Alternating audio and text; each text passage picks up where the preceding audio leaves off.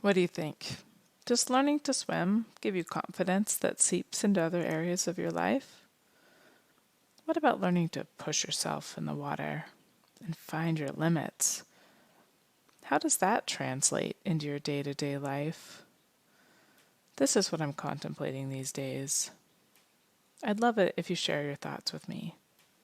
Email me, shannon@intrepidwater.com. Hello, and welcome to Marathon Swim Stories, where we explore the human side of the superhuman feats of endurance swimmers and those who support them. I'm marathon swimmer and coach, Shannon Keegan. Today, I had the pleasure of catching up with Edie Hu. Edie swam around Hong Kong in 2018 to raise money for Splash, an organization that gives foreign domestic workers a chance to learn to swim for free. They started with 30 or so people and have grown to 3,000. In this episode, Edie tells us all about it, as well as how she started swimming marathons. Enjoy. All right, Edie, what's your story? Well, I grew up in the Bay Area. I'm from Menlo Park, and I think my swimming story is probably pretty typical of growing up in California. My parents signed me and my younger brother up for swim lessons at the local swim club, and then we just kind of, got into this summer swim team, and then it moved into year-round swimming, and I wasn't really a dedicated, I hated going to swim practice when I was like in middle school. It started out like a 3 times a week commitment. Sometimes, school got in the way, and after a while, my mom's like, okay, you're just going to do summer. We're not going to pay you to waste money for you to keep going around to missing practices. So I think I cut back. But then when I got to high school, I was a little bit more serious about swimming, and I went to like a public high school which had a very good swimming program, and um, and then after that I still wanted to swim in university, but I wasn't fast enough to go to Division 1, so I went to a liberal arts school in the Boston area, Wellesley, and I swam on their team for 4 years. And while I was there, I was also wanting to play water polo, which was back in the 90s. I think water polo for women, for girls, was not so popular, even in California, but I think it was probably more Southern California that was a lot more popular. And where I was in a public school, they didn't have a girls' water polo program. Mm-hmm. So while I was in college, I wanted to start one. I mean, a couple years after I graduated from high school, the girls were playing water polo finally, and then those girls ended up getting scholarships to like play for Berkeley and UCLA and stuff. And I was like, Right. I was just a few years Just too missed it. Yeah. missed it, yeah. So, but I enjoyed it. We were really sort of a motley crew, swimmers and other athletes that kind of just wanted to play. And And as you started this in college, you said, it at started in Wellesley? college. We had coaches who were from MIT, who were, Mm-hmm. guys who wanted to coach women who were like, yeah, I'm going to go down to Wellesley and coach. And they were willing to do it for peanuts. Yeah. So it was fun. And I think at that point I was like, yeah, swimming's so boring. Water polo is a lot more fun. Yeah. Um, and we went to, sort of by default, we did get to go to nationals because there weren't really that many teams on the East Coast, and so we did go to Division 3 nationals in Chicago, and we went to California for training camp. It's my Oh, senior year, so that was fun. what year But was after that? that, yeah, after that, I was like, okay, um, I don't know if I really want to keep com- competing or swimming, or so I just took a big break. I moved to Taiwan, and was doing, you know, teaching English, and learning about Chinese art, and so I didn't really have any.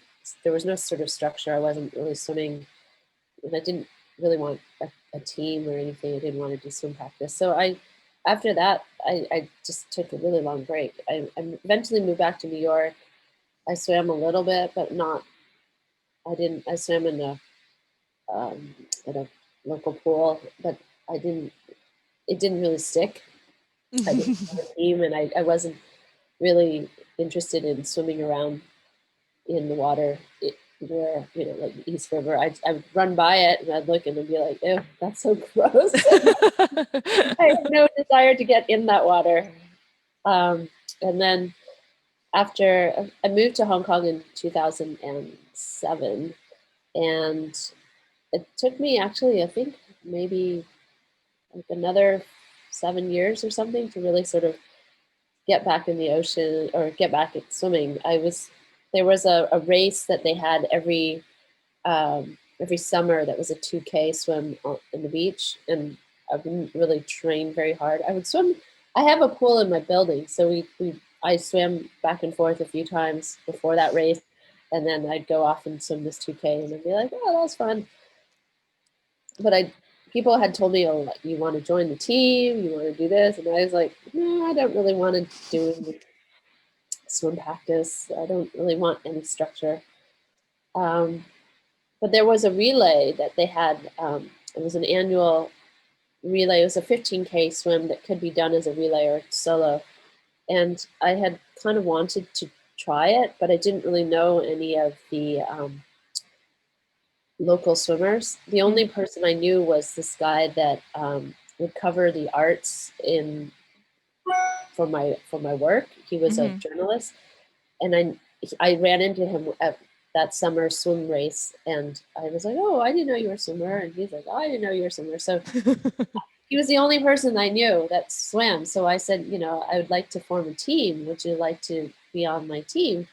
But I don't know anybody else. So can you help me? So he found a really good swimmer, and I've recruited 2 people from my office, and one could just only swim breaststroke, and the other one could swim, but he couldn't sight. He had no idea, where he was going. Right. But somehow we finished, and I was like, oh, this is kind of fun. And I think that since then, I then met some people in the community, and I started to go and join them on Sunday mornings, and I kind of found like they were cool people, and eventually they have become some of my closest friends and practically family now.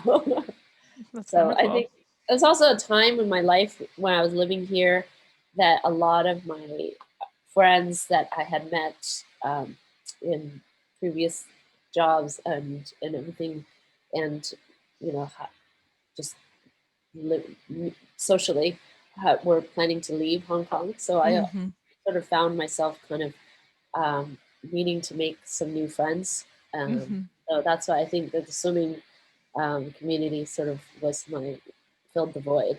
Right. Right. Yeah, that's wonderful. So when did you move to Hong Kong again? What year was that? I moved in 2007 2007. And from New and York. that was where you pretty much started swimming longer distances, or Yeah, started pushing, yeah. like getting out in the So open water and all that. I think in the beginning, I think that experience and was the water wasn't super clean, and there was always garbage floating around. So anything that sort of touched me was freaking me out because Yeah.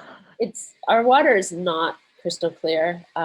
It's kind of murky, and you'd never know if there's what's down there. So I really kind of thought that there were sharks and there were big fish and things that were touching me were probably going to eat me. So I think eventually I sort of calmed down and I was like, oh, it's just garbage. Now I tell myself anytime I touch anything, it's just garbage. Oh wow, garbage in the sea, such a sad state. That um so when was your first like marathon swim? When did you, so you did the first relay, but then what was kind of next after you like kind of After I started doing sort of like, what did I do?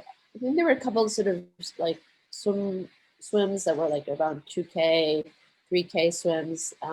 So there was a few races, and I remember there was a group in that Sunday group. There was a group of people that wanted to do a longer distance, and I was sort of at the 3K level, and there was like, they were going to go 5K, and I was like, well, I'm not sure. So that friend, the first friend that I had joined the group with, who introduced me to the group, he was also keen on trying 5K. So I think we both were like, okay, let's try it. And then, after that, we're like, oh, I really need a nap. Like, I'm completely wiped out. Um, I think after that, we were like, oh, it's not so bad. So we kept, upping the distance, and it felt good. And I think it was 2015. I started thinking that I'd like to swim the the Maui Channel, and I think since I grew up in the Bay Area, a lot of the parents who were master swimmers were doing, when I was growing up, like they did relays as the Maui Channel. They did it as a relay, Mm-hmm. and my brother and I just thought it was kind of cool to, but go to Hawaii and swim from one island to another. So I asked my brother, I said, like, maybe we should look into signing up for that race. Except, it's September. It was for my work. It was kind of a busy time that it was kind of hard to actually get get away from that from the off. And then my brother was like, well, maybe we should just try to do it on our own. You can still get it ratified. You can just do it anytime you want to do it. Yeah. So we found a girl. I think you might know her, Meredith Novak. I've heard of her. She was living in Hawaii at the time, and she had done a double Maui Channel. And my brother, who lives in Hawaii, had have reached out to her, and so she had a guy that had a boat, and we paid for her to go out there and sort of be our. She was supposed to be the observer, but she ended up like, so she knew, where what time we should start, and when, how we should, the sort of the path out from the channel from Lanai, Mm-hmm. and where it kind of got rough. And so it was good to have her, but she got so seasick that Oh she no. ended up swimming most of the swim with us. Wow. Because I was like, can you take pictures for us? Can you, like, she was going to be the observer, and she was going to feed us and stuff. But she ended up, like, she was just like, I'm so sick. I can't. I have to be in the water with you guys. Um, That's funny. and after that, it was a lot of fun. It was a lot of fun to do it with my brother. We did it solo. Just tandem together. Yeah, and my brother's a very good swimmer also. Like, he doesn't really train at all. Uh, he's just annoyingly fit, and so he at that time, actually, he just had his firstborn, and no, it's like 2000. Oh no, his twins. He had two girls, Oh and my gosh. but they were actually born in California via surrogate, and they were Okay. in the ICU, Oh so my they gosh. couldn't be moved anywhere. And so his wife gave him permission to go back to Hawaii, where they were actually living, um, Uh-huh. and and do the swim with me, because we Oh had my planned it. gosh. But these girls came 2 months early, Oh so my it kind of gosh. threw off our schedule completely. Yeah. So we had already scheduled the swim. I already bought my ticket, and I was like, I'm going to do it. You want to come? And he's like, all right, all right. So um, Wow. it was August, yeah, August of 2015, Okay. and um, so he, yeah, he came out and did it with me. It was a lot of fun. So yeah, we're very close. He's only a year and a half younger than me. Okay. Um, Wow. Was that his last like hurrah before having I twins know, next I year? know. Now he's very jealous that I get to go off and swim on the weekends because I don't have children. I'm kind of I'm single, so I kind of like, whatever I do, I want to do. I just plan it and go. Yeah, you don't have to find kid care and yeah. Yeah, he has to find permission. He can't be going off, swimming for like 6 hours on his own. Yeah. So that Maui Channel was your first kind of big to do like big marathon swim? Yeah, so that was kind of planted the seed. I mean, I had no idea. I didn't know anything about How did you train nutrition. for it going into that first big swim? Um, Swimming here in Hong Kong. So I had a friend that had done some longer swims, and so I asked him, like, what do I do? And he was telling me about feeding and stuff. And somebody else asked me, like, what kind of nutrition do you have? And I was like, I don't know. And she's like, "Oh, carbs." And I was like, carbs, really? I'm like, do I look like I need extra carbs? She's like, no, you're gonna need it. Because I completely thought, like I'm just gonna drink like water or something. And so I had to learn more about the whole nutrition side and the feeding schedule and stuff. I mean, it took us. I mean, technically I think it's a 15K swim, but we kind of got pushed by the current, so it was ended up like being a 20K swim, and we ended up doing it in 6 hours. Wow. Um, and yeah, it was a lot. It was a learning experience. It was a lot of fun. I also learned, that I could not bring bananas on the boat. What happened? There's a Hawaiian fishing superstition. I think it's a fishing superstition for many Oh. places. They don't allow bananas on the boat, and that kind of threw me off because I was in the parking lot before we boarded the boat, and the guy's like, "You can't bring those bananas on the boat. Sorry." And I was kind of like, "Oh my god!" But that's That's that's my what we're food. planning to eat. So now I learn to ask when I do my swims if Is there anything I can't bring on the boat? yeah. I mean, I've done rottnest a couple times in Australia, and the it they said one of the guys let me, and the other guy said you can only have it in the kayak. So he's like, technically, I'm like, that's technically not your boat. It's another vessel. So he's like, all right, you can leave your bananas in the kayak. So yeah, I think it's a fishing superstition about no bananas. This is the first I heard of this. This is Never heard of amazing. that? Never I've heard? not heard before now, but now it's been recorded. Now everyone will know. No bananas in the boat. This is Yeah. awesome. Wow. Okay, so learning experience, no bananas. Yeah. How did it go? Like, did it get tough at all? Did you swim through the night? Had you practiced for that? What was it We like? started during the daytime and we Oh, finished in okay. the afternoon. So it Okay. was actually, It's like but breeze. we didn't land where were planning to land. We got pushed up north and we still landed on a beach, but um, it wasn't where I think faster people would have swum a straight line. We ended up getting sidetracked. And but it was beautiful. I mean, the water was just crystal blue water. It's just so clear. It's so not like the water that I was used to swimming in Hong Kong. And Mm. I forgot to put sunscreen on my butt, Oh so I no. burned all over my back of my leg. Because in Hong Kong, usually the water is kind of murky, Mm. and I never until last week actually. I never really burned my the part right below your swimsuit line. Yep. Yep. That usually never gets burned. The back of my leg never gets burned, but in Hawaii, because the water is so clear. Yeah, right. Yeah, that's a tough one to remember. The other thing, like the sides of my legs, like I tend to forget that, but I rotate pretty good. Like Yeah, you got to get sunscreen everywhere. yeah. Well, I mean, it was at that point. Didn't know the kind of sunscreen to use. Right. Also, Well, at that yeah. point, I was sort of really just I had no idea how long we were going to swim for, and Mhm. I could only apply it once. So it was, um, so I was completely red after this. But you were hooked. That was it, huh? How did it feel? What did it feel like when you walked up on the beach?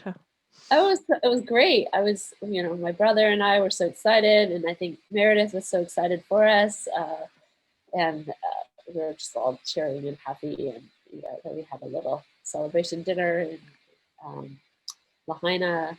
So it was a great experience for me, and I came back and I was like really hooked on it, and I really wanted to do more and more swims.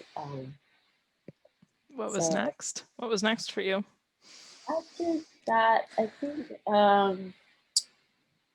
did the I think I did the clean the 15K. There's a clean half 15K swim in October, and I think I did that one as a solo. Um, and then that was my about the same distance as the Hawaii one. So I knew I could do it. And then the organizer said, "Oh, there's a winter one in January, which is the water is usually around between 15 to 18 degrees." And I wasn't training with a wetsuit. So she said, there had never been, up until that point in 2016, there had never been a female to complete it. And she's like, I want you to try it. And there was, it's a 2-person relay or solo. And I think it was also kind of small. There hadn't been a lot of people coming to participate. It was a lot more in the fall.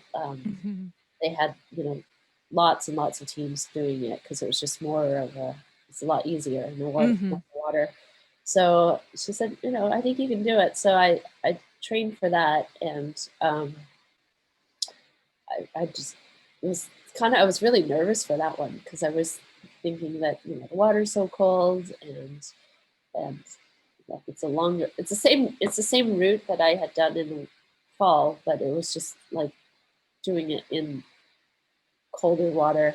I didn't know that if I could do it or not. And then after I finished, I was really excited. I was like, this is great. And actually, I think that the day of the race, the water wasn't as cold as we were training in.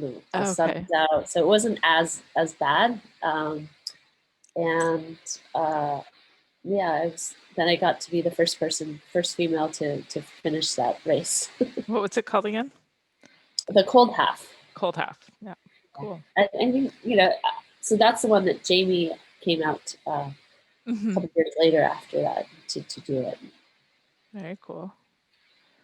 What is it like kind of for you when it gets, so the first one you did with your brother and then you kind of push yourself into a little bit colder water, and did you have any, like you said it was a little warmer that day, sun was out, so did you have any challenges on during that? Um, I think just kind of wanting to get through it. It's been a long time. I think it was it's kind of my backyard, so we were training in that water, so it was kind of familiar.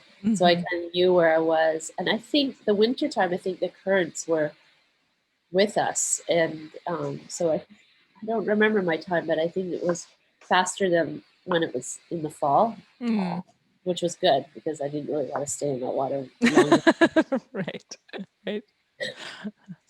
Tell me about a time when a swim was more challenging, something that you're really proud of.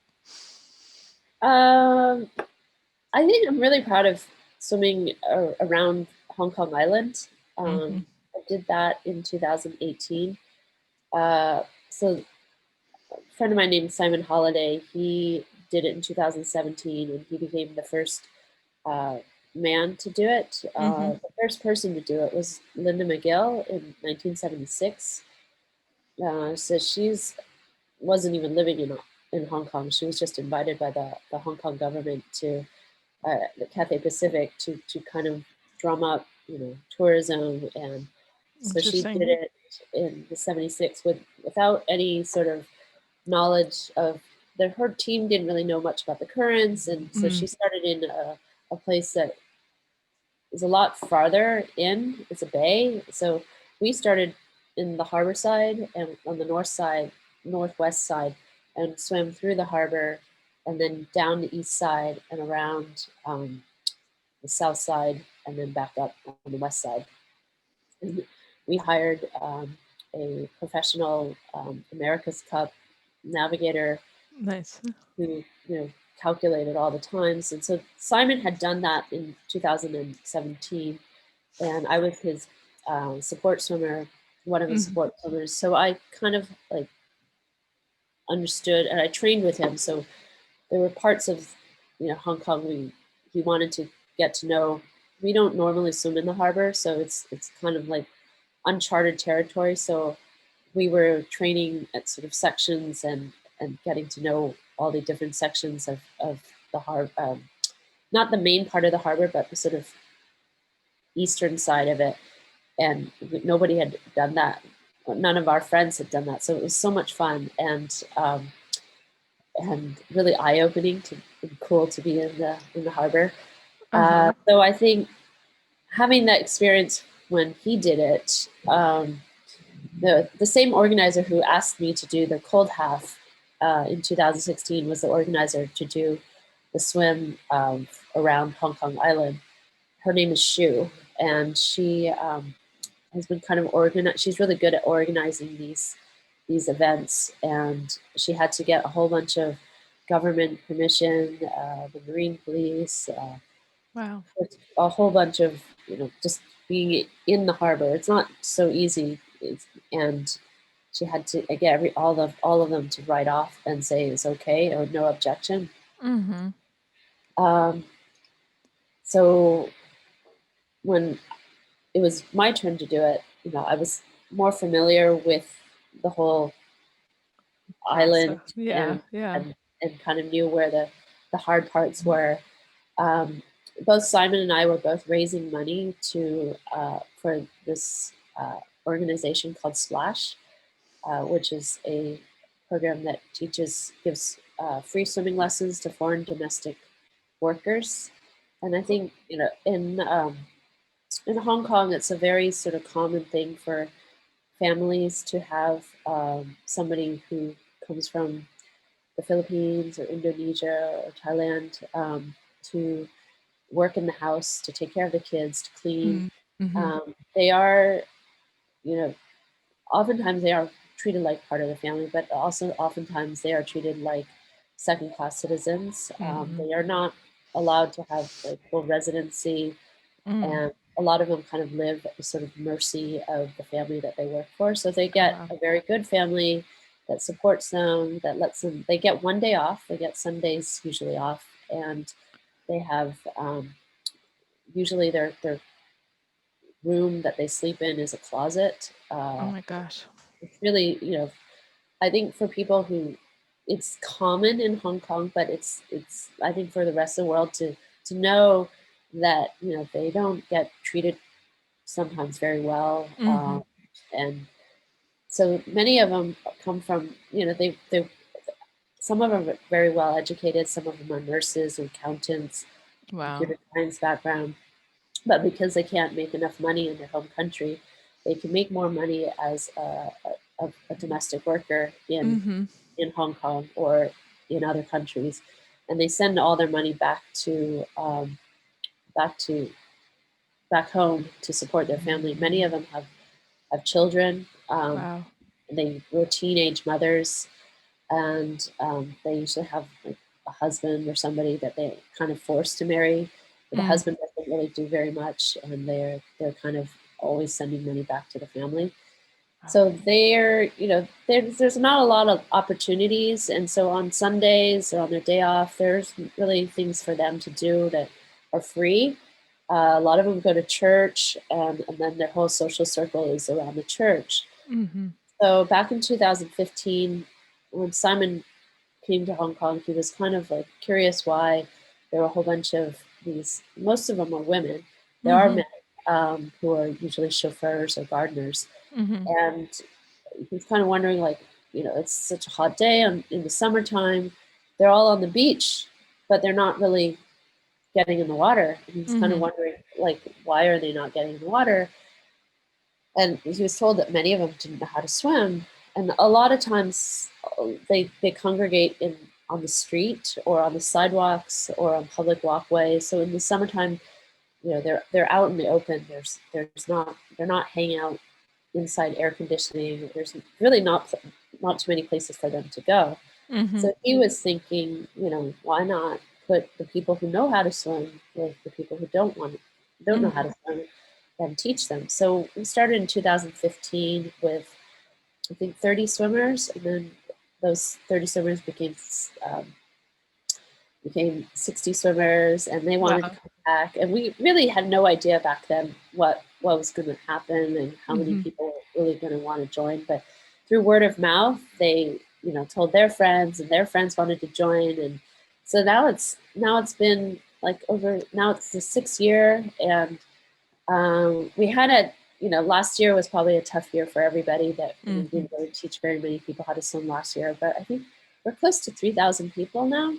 Wow. Yeah, well, 3,000 in six yeah, years? Wow. 3,000. Yeah, and I mean, we're not teaching them to be Olympic swimmers, but I think we're teaching them to be water safe, and that they can swim, 25 meters in a pool and get themselves to safety, and then they can progress. We have beginner plus, we have intermediate, we have advanced. Mm-hmm. So many of them go through that whole the whole series, and then they can go to the beach and they swim open water. And I think a lot of them like that because the open water is free. It doesn't cost them anything. They can Mm-hmm. go to the beach on Sundays. They can go for a swim. They can hang out on the beach. So it's very liberating because it's really nice to see. Many of them now have gone off on hiring.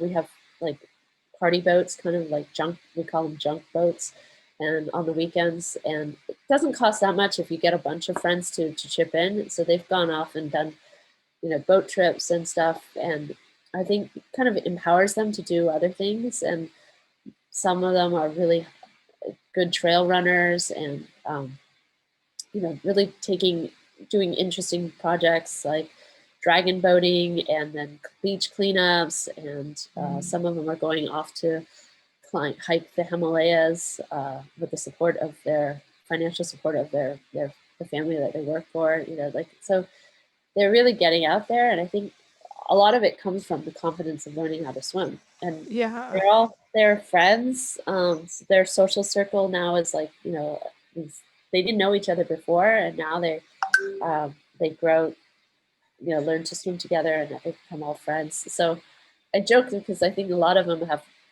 were very religious before, going to church every Mm. Sunday, and now I think You we kind converted of them to swimming church. converted. Yeah. I love that. Yeah. The confidence thing though, it rings true. I mean, I've been thinking about that even just like this last week or two. It's like how to communicate that, like as a person who teaches lessons and coaches, like and I mean, and for me, I don't know about you as a marathon swimmer, but for me, like when you start to swim places and you swim around things and you look back and you can't see where you start, like the fulfillment, like the amount of confidence that you have and like how you can carry that into other parts of your life. Just like you're saying, these people are now, becoming trail runners and hiking the Himalayas, and there's like all the amazing Yeah, things you can yeah. accomplish just because you empowered them by teaching them how to swim. That's beautiful. Well, I I love don't it. know if I think that many of them probably had the ones that are motivated to do that. I think they were already like an adventurous Mm, group of ladies who wanted right. to learn to swim and had other abilities to run and stuff. So I think maybe where I'm kind of like saying that swimming has given them all these other talents, but I think it has helped them. And I think many of them were introverts. They didn't really have any friends. Sometimes they would spend their day off in their like little room by themselves, and didn't really go out. And I think that now having like a social life and having a group of friends to do stuff like last week, there was a trail cleanup. So they would go out on a trail and clean up and pick up the garbage on the trails. And they formed a team themselves. They were it was all splash swimmers, and I think 8 or 10 of them who would on their day off, they spend the whole week cleaning for other people, and on their day off they go on a hike and they go and clean up the trail. For So and they everybody.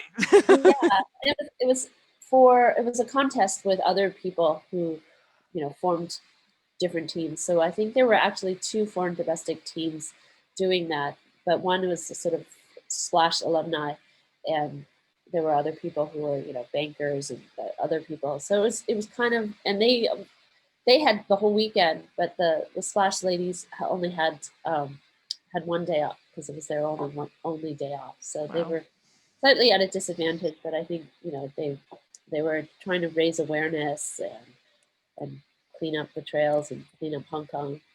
Very, very cool. Okay, so going back to the harbor, learning how to the hard parts of swimming around Hong Kong. So raising money, that's a hard part. What else? What did you face kind of in that big swim? Remind me the distance around Hong Kong. It's 45 kilometers, so it's approximately the same size as Manhattan. Okay. And it's also kind of like, I guess it's a tidal assisted swim. So we had this guy named Ross, who is the navigator that timed out the swim. So I started around 5 a.m. At this place called the Saiwan Swim Shed, which is on the sort of far northwestern corner of the harbor. And I got in the water, and I had uh, a paddler next to me, a friend who wanted to do stand-up paddleboard through the harbor, and the pilot boat, which had like my feeder, the observer, the organizer, the navigator.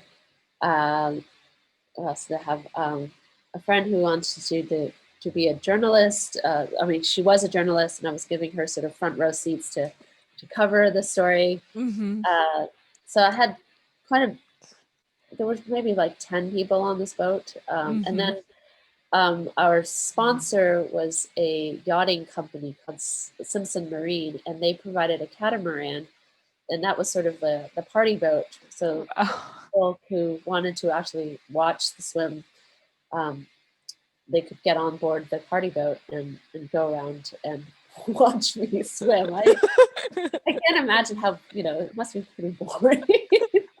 they would spend like 3 hours on the boat, drinking and hanging out and watching me swim. But I think parts of Hong Kong are really, really beautiful. I think that most people who are not familiar with Hong Kong only know that Hong Kong has this harbor and this amazing skyline with skyscrapers, but there is like all this sort of ruggedness, this wild side. The east side is not heavily populated, so there's a lot of more like cliffs, and there's surfing on that side. We have baby waves, but people do go there and surf. Yeah. And so there's like sort of beach communities on that side. Uh, there's a lot of nature around, and I think for most, actually more than half the island, it's kind of like you've got cliffs and rocks and stuff, and then the other half of the island, is all like where the population is. So you've got the high rise buildings and stuff. But Hong Kong is really stunning to swim around. It's really, really pretty.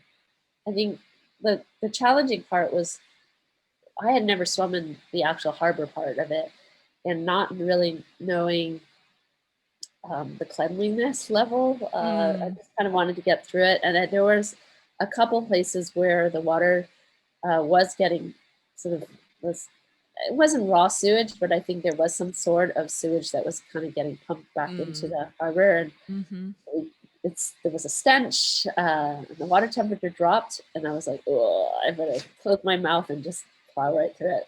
And actually 3 weeks before, about a month before, I had actually, for the first time in my life, gotten sick from swimming. I caught a bacteria, and it was swimming through dirty water. And so I kind of was kind of a little bit scared about getting sick again, and Yeah. um, but I asked the doctor, and he said, "Well, you don't want to take an antibiotic beforehand. So if you get sick, there's antibiotics, but don't take it Mhm. before." Mhm. So luckily, I didn't have to. Maybe I had enough residual antibiotics in my system, so I just. Uh, but it's beautiful. Like I was so excited. It was around six a.m. The sun was coming up, and I was in Central, which is where most of the tall famous buildings are, looking Mhm. up at the skyline. I was, I had the whole entire harbor to myself. It was before, the whole city woke up. So it was like, Yeah. it was amazing. And, I looked up at my friend and I was like, who was paddling, and I was like, this is so awesome. Um, that was probably one of the highlights of swimming in the harbor because it was so cool. Um, People have asked me if I ever want to swim the Cross Harbor, which is an annual race that they have swimming from one side to the other. I think it's only 1.5K or less Mhm. than 1.5K, but it's with thousands of people. And I was like, no, not really. Like Right. I've done it the lengthwise, and I don't really need to share it. I don't have to get clobbered about clobbering other people and get hit Yep. on the head by other people. So I would prefer to have the whole harbor to myself, like Exactly. just that way. I appreciate that a lot. I think that's why I've gravitated to marathon, to solo specifically, like Yeah, solo kind of ultra swimming is it the tranquility of being out there by yourself and not, elbow knee fighting to get to the next buoy or exactly. Yeah. anything.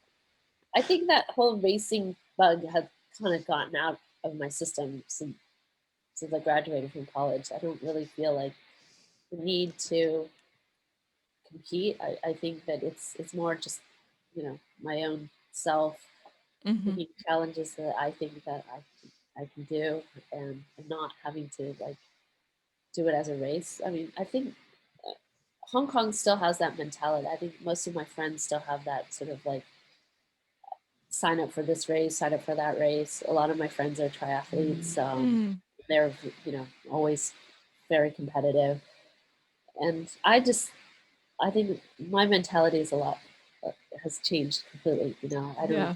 I don't really want to sign up for races. I just want to do it to completion. I just want to find you know the happiness in that. Yeah. Yeah, absolutely. So, swimming around Hong Kong, the harbor was the most beautiful part. Was there any mentally hard parts or Oh, I think physically hard parts or I we timed it so that it was that I was with the current the whole time, which was Okay. quite amazing that I didn't actually have to. I felt like I didn't have to work that hard. Nice. I was kind of happy that the current was pushing me around, and I was like, yeah, I think if I just drifted around Hong Kong, um, because I was when I finished, I was still quite energetic. I Mm, didn't. We had an after party, and I stayed till the end. I felt like I wasn't tired, and my shoulders were okay, and my back was all right. So I think like I felt really good. I mean, maybe it was training. I don't know, but I was also kind of luck that I was able to get through it. Um, I think the prettiest part was actually the east side. That was mm, probably my favorite part. Was just going down the whole eastern side of the island with the sort of rugged cliffs and stuff, and then rounding the corner. There's a place called Cape d'Aguilar, and that's the southernmost part of the island. And going around that cape, and then knowing that you're almost halfway done, mm, it made me happy knowing that, and being training in that area. I kind of knew the distance, so I kind of mm. knew exactly where I was. I think it's quite different than swimming in the middle of a channel. You have no idea how far you have left. Right. This Yeah. is like you always see land, and then there's like people cheering for me on the boat and stuff. So it's really they're all out there for you. It's really kind of quite moving. But Yeah. then they all came in for the finish, and it was a lot of fun. Yeah. Very cool. So what do you think is next? The next swim, I had signed up for quite a thing. I had signed up for New York. I signed up for Suguru. Suguru I tried in 2019 and didn't didn't complete it. So I kind of had some unfinished business, and I really wanted to finish it. Signed up, and they were going to give me a slot last year, and then again, no. COVID. Yeah. What happened in 20? What happened the first time at Tsugaru Strait? So I had a slot in September, and I was training for it, and then a friend of mine who I was introduced through another swimming friend, he introduced me to Dean Summers. Do you know Dean? I just spoke with him earlier today. Really? Yeah. Oh, he's a friend of mine, and That's awesome. he was training for. He also wanted to do Suguru, Yeah. and the slot in July, and I had met him in April, and he had attempted the year before, so I was asking him all sorts of questions about his experience, and then I was like watching him, try to get his chance to swim it in July, and then he had sort of a like weather delay and he couldn't do it, and so and he was really frustrated. So I was like, I asked, we had we had met in April, and I thought, we were about the same speed, so I thought, well, I maybe could try it as a tandem. So we had actually asked the organizers if it was possible that we do it as a tandem, and they were kind of really hesitant. And there were these two ladies, I think the year before, from Mexico, who were very fast, that did it as a tandem. And so we said, you've done it before, well, why don't you let us do it? And they were kind of really hesitant, and we kind of went back and forth, never gave us a really straight answer. Mm. And I even sort of planned, I went down to Sydney and swam with him for a week, and tried to no, it was a week, it wasn't even, I think it was a weekend, and trained Wow. in their a long weekend, and trained with them and his team, and it was, I think, their winter time, so the water wasn't, it was like 15 degrees, and swimming. So we were like, okay, I think we can do it together. And I think at that time, finally, they were like, okay, you guys can do it together, but you have to stay together. You can't be no more than like 3 meters apart. You have to Mm. and then they made all sorts of rules, like if one of you got out, then both of you have to get out. And we're like, Mm. really? So we ended up going down to Japan again. Oh, he went down again. That was my first time go to Japan for this swim, but he was very familiar with this region. And I had a friend from Hong Kong was my crew, and then another one who had done it as a relay who lived in Tokyo. Uh, she also came there, and she was really good because she spoke a little Japanese, and she was able to sort of navigate where we were going and where to stay and where to eat and stuff. So, well, it was easy because we stayed in this hotel and we like ate all our meals there. But she kind of was familiar with the roads. Well, so was Dean. Dean had been there a number of times too. So we waited for our window, and finally, I think the last day of the window, we were kind of just like, let's do it. And they at that time they had I think pushed back the start of the swim till, I think, so they were making everybody start at 3 a.m. Mm. It didn't really make any sense because Mm. the currents got very strong, like in the afternoon. So Mm-hmm. we were kind of cutting the time that you would swim through the calm in the dark, Right. and and Dean actually had a friend that had done all this computer modeling and had kind of like said that you had to be through the worst bit by a certain time. So we were showing the guys, and we were like, we don't want to start at 3 a.m. because, this is going to be much harder for us. So we were getting them to, negotiate down to like 11 o'clock. And then finally, we were like, well, maybe if we just show up really early, they'll let us swim earlier. So we showed up at like 8:30, and then they were like, okay, you guys ready? And we're like, yeah, we're ready. And we're like, okay, got on the boat. And so they didn't really say anything. They were giving us all this, like pushback in the beginning that we couldn't start earlier. But when we said, like, I think we're ready to go. Can we go? We were in the water by 9:30, and Wow. I think it was more for them. The safety concern was that they were afraid of crashing into the rocks because the year before there was an accident, but one of the boats was not familiar with the port and ended up crashing the boat. And so I think since then they were like, no, we only want to go at 3 a.m. because the sun will start coming up at first Yeah. light. Right. So, but it just really wasn't logical for a crossing.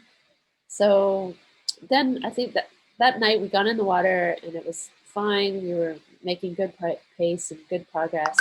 And then I think Dean started to get foot cramps and he started falling back and behind. And I was like, what's happening? Like I had to slow down my pace. Yeah. And I think it was really kind of inconsistent. We were trying to stay together, but he would stay for a few strokes and then just drop back. And he was behind the boat, and it was very dark behind the boat. And I think the captain was starting to get a little bit annoyed because he'd have to like constantly change his speed. And, Yeah. and he was looking at me, and I was swimming steady, and then all of a sudden I have to like stop my pace and tread water or go backwards and wait for him. So I think that went on for 5 hours.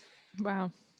And he was really, really struggling. And then finally he's like, maybe I just gonna, he said, I'm gonna get out. I was even trying to stretch his foot for him because and I was like, am I allowed to touch him? So they're like, yeah, you can touch him. So I was like helping him stretch his foot. And he got out after 5 hours, and they didn't make me get out because they could see that I still had energy, and they were like, okay, you keep going. So the rules kind of changed while we were. As you were going, yeah. So he got out and he let me go, and I felt really lonely after he left me. It was like all of a sudden I was completely alone in the sea, in the dark. But in Sugar they have a ribbon underneath that hangs off the boat, so that there's this fluttering ribbon, and they have really huge, bright spotlights, and it is kind of that little ribbon kind of is your friend, and it keeps your I company. can see you seeing it. That's awesome. Yeah, it's having a line on the bottom that moves, and Right. then with the light, strange things swim in and out of the picture. So I did see a couple barracudas. I saw flying fish, things that just kind of come out from the bottom.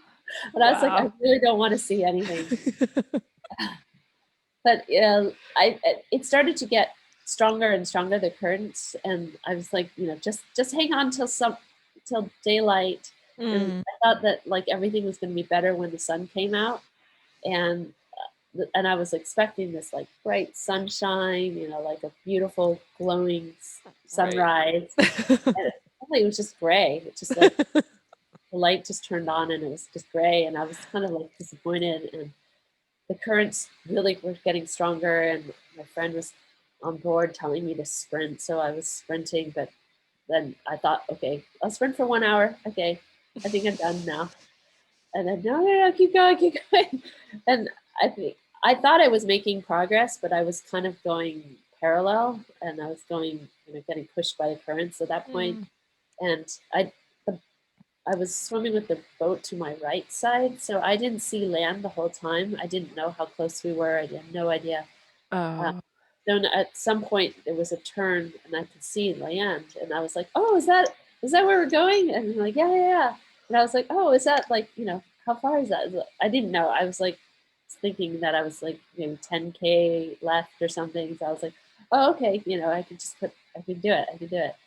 And I think land just never got closer, and Mm. I think the closest I got was maybe 8 kilometers to Oh, shore, wow. and then I was just getting pushed parallel, and I was getting Hmm. more and more tired because I couldn't cross, and it wasn't like a change of the currents that will eventually get me back to going straight. It was just going to be a complete, cross Hmm. horizontal west to Yeah. east crossing. So it was eventually after 11 and a half hours, I think I was mentally exhausted. And I think the team also just kind of knew that I wasn't going to make it. Yeah. But I think that if I had started earlier, and I think if I did it by myself, or if Dean was in, top shape, I think we would have been able to get it done. So I think the next time I do it, I'll do it solo, and so hopefully I can get it done next year. Yeah. Yeah. Here they canceled it again Mm. because so there's no local people. I mean, all local people, no foreigners allowed. Hmm. Hmm. So that's kind of what you're looking forward to, pretty much. Yeah, well, I've signed up to do Tahoe, Mm. so this year I will be coming back to the U.S. This summer. When are Um, you coming? yeah, and When? my date is July 28th. Oh, I'll miss you by Are you doing it? 15 days. I'll be there on July 13th-ish. Yeah. Are you are you also swimming in Tahoe? What's that? Are you also swimming Tahoe? Yeah, I did. Well, I did the length a couple of years ago. Oh, Um, really? How was it? 2018, 19. I can't remember. There, everything's a blur after last year.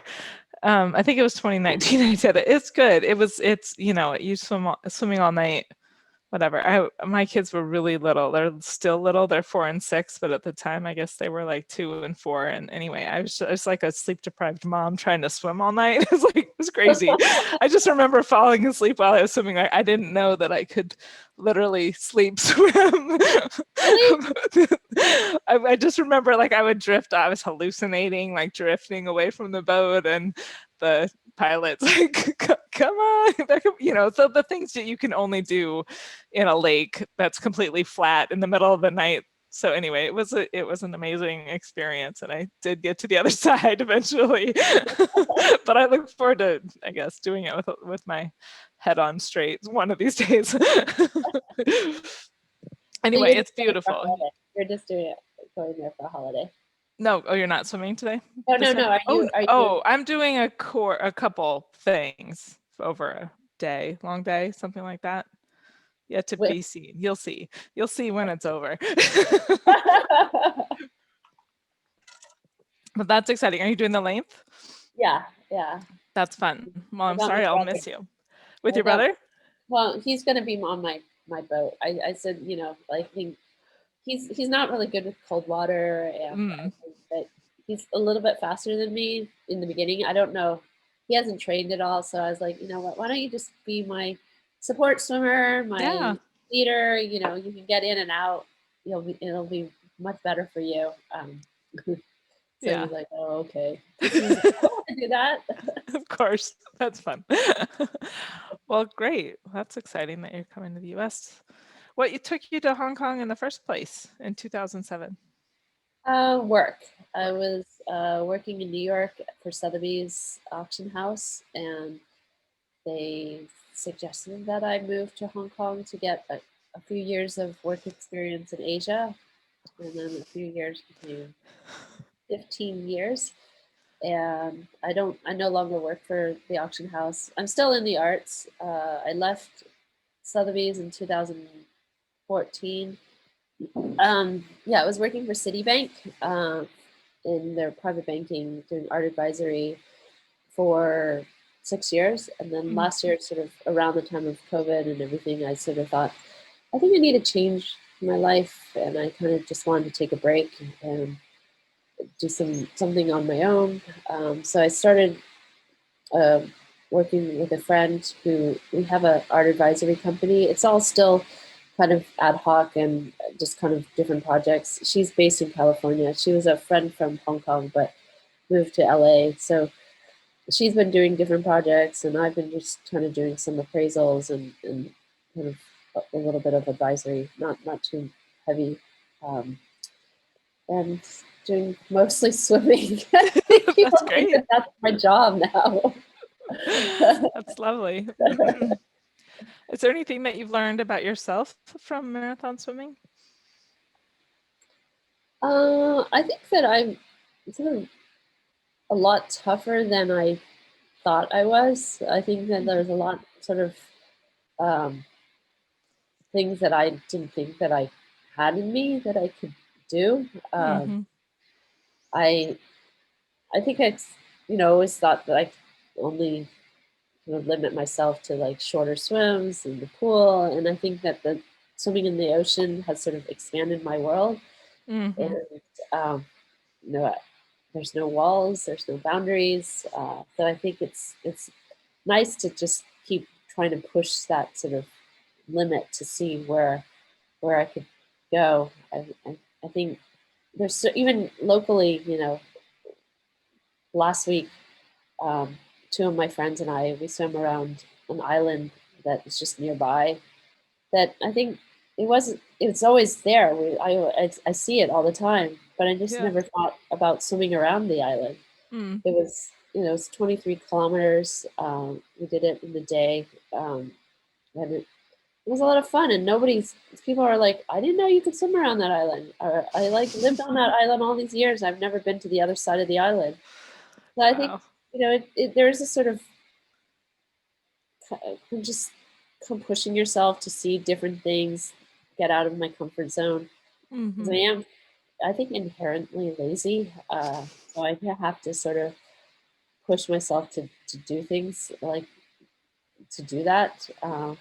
And kind of constantly find something new to do. Mm-hmm. But I do feel lucky that we have had um, the opportunity to swim in Hong Kong, even though the pools were closed, Mm-hmm. the beaches were technically closed. I think, but I think it helped everybody with their sort of sanity to sort of be able to get in the water and swim and keep. So then I think luckily I'm in the right position to sort of keep pushing myself because I've never sort of sat around for 6 months and not swam. So I'm pretty fortunate about that. Mm-hmm. That's great. What advice would you give to a new aspiring kind of marathon swimmer person? I think to keep trying to push your limits to like once you've done 5K, go for a little bit longer, 10, and then keep trying. And um, find things that are challenging for you, and check it off the box and want to do it, and then find something else to do. I think don't don't quit. Just keep swimming. Yeah. Yep. Yep.